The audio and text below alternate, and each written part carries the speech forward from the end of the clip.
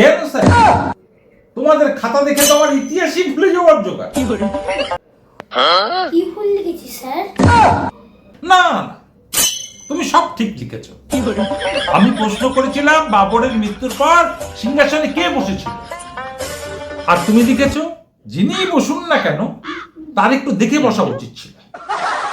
সিংহাসনে পেরে গোজা থাকতে পারতো, ফুটে যেতে পারতো। এটা কি কোনো উত্তর হলো? হ্যাঁ, তাই আমি লাইক ব্যাক করছিলাম।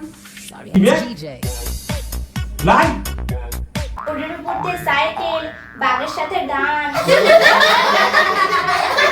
ও টুম্পা, তুমি চুপচাপ কেন? তুমিও কিছু বলো। কি বলবো স্যার? ইতিহাসে 100 টাকা পেয়েছো? হ্যাঁ? তার মানে ইতিহাসে স্যার শূন্য পেয়েছি। আপনি তো জিজ্ঞেস করলেন কত পেয়েছি।